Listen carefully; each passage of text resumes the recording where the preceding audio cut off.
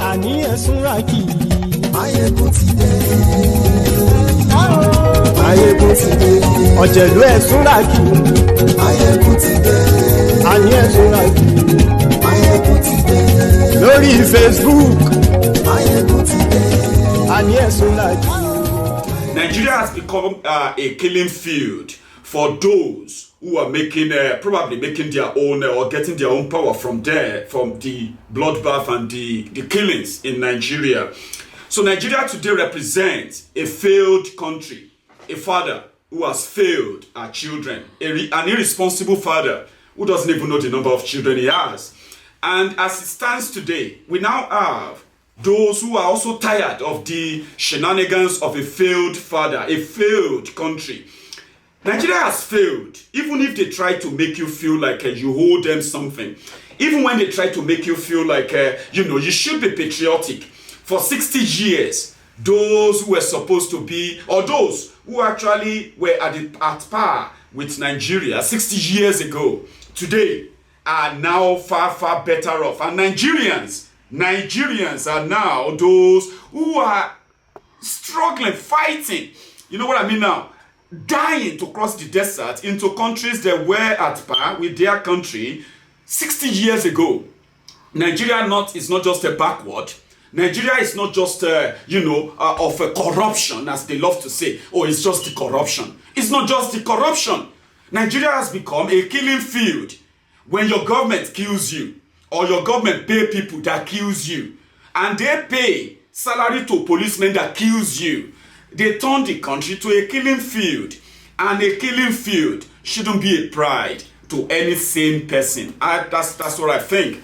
I wanted to show you earlier the video of back then when the likes of Fela Anikulapo Kuti were also doing things to enlighten and raise the awareness, enlighten the people, call your subconscious mind to the fraud they call a country, Nigeria. But is dead, many have died. Today, a lifeless bleeding mannequin is the acclaimed president of that country, Nigeria. A lifeless bleeding mannequin that knows nothing about nation building, that knows nothing about the democracy that others died for, 21 years ago. He knows nothing if he invested nothing. He, in fact, ended democracy, but he was rewarded with a democratic power. And today, the country has further degenerated and fall more into the abyss. And this man is back.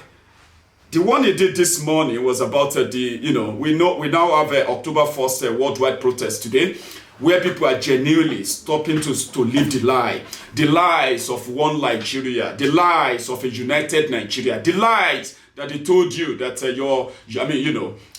your forebearers who fought for independence from the colonialists back then, that you would have a great country and you would be respected as a great people. That lie and all of that have come to an end, that people are now standing up to say, no, you know what? We are done. We're no longer interested. And today, even those who claim to be one Nigeria, those who want to have a Nigeria, they are no longer having the Nigeria they thought they would have. And they're out today as well, asking for the government to do the what? To pack up. So Buhari sent a message. You know one thing, usually Nigeria as a killing field, a country that kills our own people, yeah?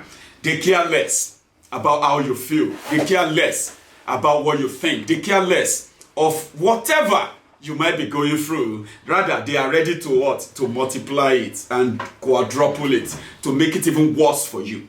So Buhari came on this morning, on the day of independence, when Nigerians are protesting that they cannot pay the price increase, they cannot pay the electricity increase. A country that gave you no electricity for 60 years, a country that cannot that cannot stand and beat its chest of having a functional refinery, even though it's an oil producing a country, right? They cannot boast of any of these things, yeah.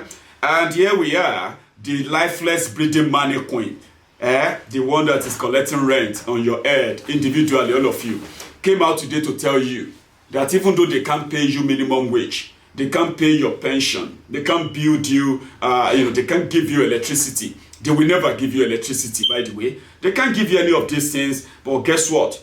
You have no choice. You have to accept the reality that you are paying a cheaper price for petroleum.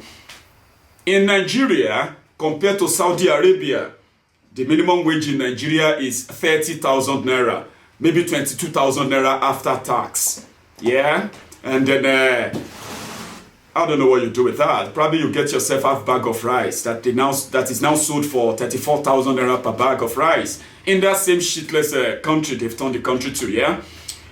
But Saudi Arabia, their own minimum wages start from 305,000 naira. Egypt, they pay over 180,000 naira as minimum wage. In Nigeria, the poverty capital of the world, the biggest oil producer in Africa, oil producing country in Africa, is paying 30,000 naira minimum wage to our own, citizens. But you won't even get a 30,000 naira, wage at all.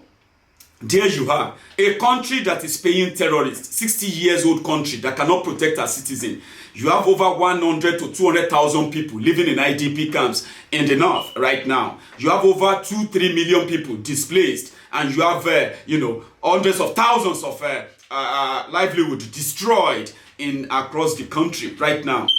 Instead of the country to brace up, end terrorism, end banditry, and all this insecurity, the country is actually paying terrorists. I have a video why